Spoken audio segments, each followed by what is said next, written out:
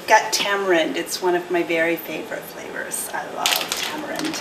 And I went out and bought a box of the real thing, the real tamarind, straight from the tree and into the box and to us. And this you can often find in Asian stores, Asian or Indian stores. You can often find tamarind. And this is how more likely you're going to find it. This is the most common way, in a solid block. And this is what I use most of the time, I just get it like this, soak it in warm water. And that's what we're actually going to do today. But I wanted to get the actual tamarind to show you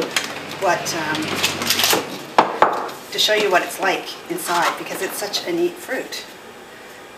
You get these big pods and then you crack them open, and you know when they're ready to eat from the tree when the pod will break open like this.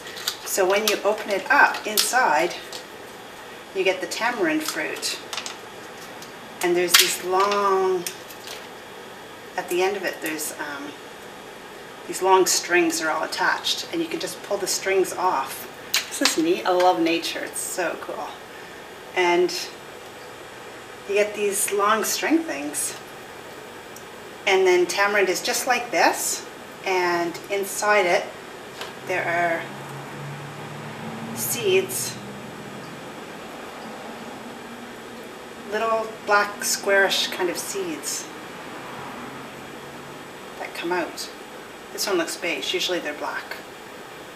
And I've never actually peeled one with my hand before, because usually they're straight into my mouth and I'm just spitting out seeds, because I love it. Although you don't want to eat too many of them, because it's kind of like prunes, and you know, you just don't want to eat too many. But they're so delicious it's hard not to, because they just taste so good. Anyway, that's tamarind, and I love them, and they have a really distinctive, beautiful flavor to them. They're sweet, and it's got a really deep flavor, and it's fun to work with in recipes. So, and today we're going to make some pad thai, and we're going to make vegetables in a ginger tamarind sauce, and I'm going to make spring rolls, and with the spring rolls I'm going to make my favorite dipping sauce, which is also a tamarind sauce. So the tamarind usually comes in blocks. And this is actually a large block, 14 ounces. Sometimes you get them in, I think the smaller one is 7 ounces, it's about half that. You get them in 2 different sizes, but I know this is the larger size. So I'm just going to open it up, and it's usually just wrapped in cellophane. And it's pretty much the fruit as it comes off the tree, just mushed up together. Almost every Asian store is going to have this. It's pretty easy to find. I find warm water helps it soften up quicker, so I'm going to add some regular water that's been filtered, because this water is all going to become part of the paste, so we really want to use filtered water. And then I had used some filtered water and boiled it, so to get warm water to quicken up, I'm just going to add a little bit of hot water to make it warm. And then you gently start breaking it apart. And this is where you might want to take off your jewelry, because things could get messy now. Except the bracelet, it stays.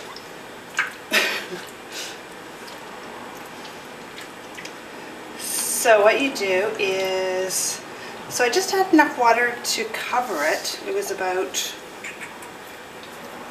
at least 2 cups, 2 to 3 cups. We'll probably use at least 3 cups in the end, because I'm going to add a little bit more water later. And if the tamarind you get is really hard, if it's been sitting in the store for a long time, it's fine. It's still easy to use, but just let it soften by itself in water for longer. Like put some water over it, set it aside for an hour, come back, and then start massaging it. This one was really soft, so I can make it right away. So what you want to do is just keep on squeezing the water into it, and it's getting soft and it's breaking apart. You're going to see the little strings and the seeds from inside appear soon. And then the sauce will get thick. Okay, this is pretty messy stuff, but it's fun too. And we have a really nice now. So what I usually do is at about this stage, when it gets thick, press it through a colander into another bowl, and then what's left in the colander I'll soak with a little bit more water and just press just to make sure I get all of it out. Although this was soft and it really came apart quite easily, so most of it's out now. Okay, just get most off the fingers, wash the hands.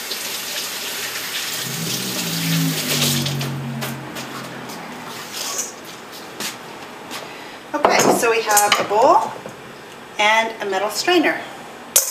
I'll set that on. Then you take your tamarind.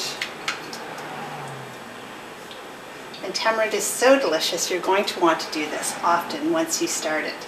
So it's good to invest in a strainer, which isn't a bad thing to invest in anyway because it's a nice practical thing to have. So if you don't have this little setup, it's worth it to go buy one. And it'll fit onto any bowl. So what we're doing is I'm just going to run my fingers around, and it's just going to press through the sieve and come through the bottom.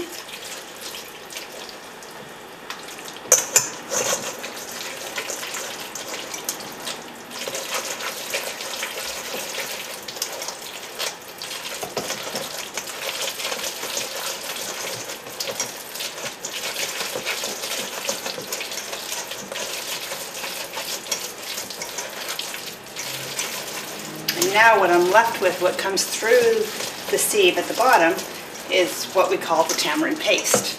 And that's what we're going to use in all of our recipes. Okay, so what's left here in the rest, I'm just going to put a little bit more water, do it again, take off what's already come through, and put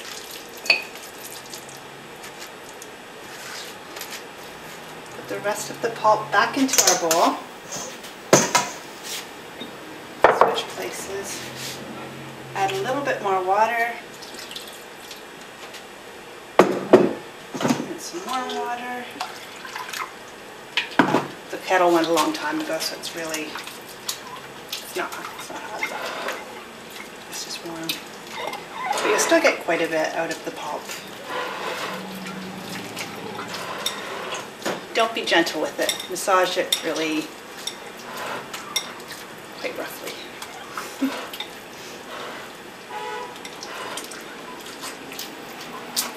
Whoa. Yeah, it's messy.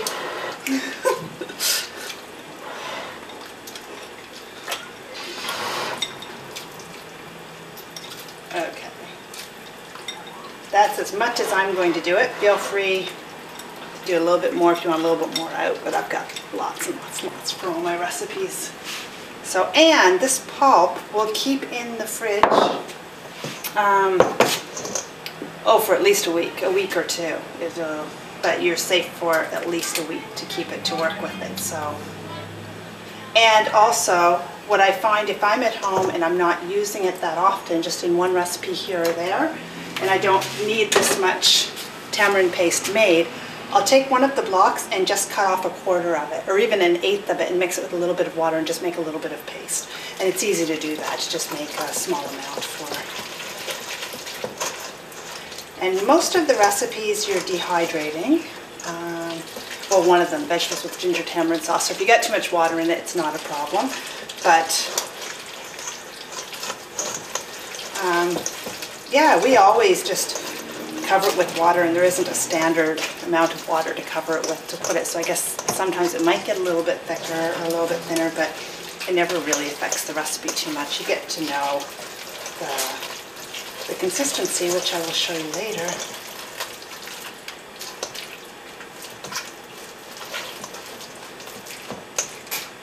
Okay, I would say that is done.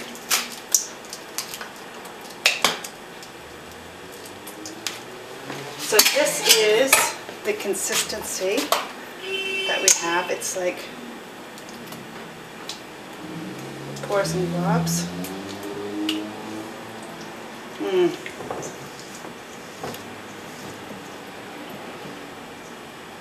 Yeah, it's used in a lot of Thai recipes. It has a, you can smell it's like sweet and sour almost, because the Thai are really well known for using all the different flavors in their foods, and a lot of Asian Indian do this also. They have the sweet, salty, bitter,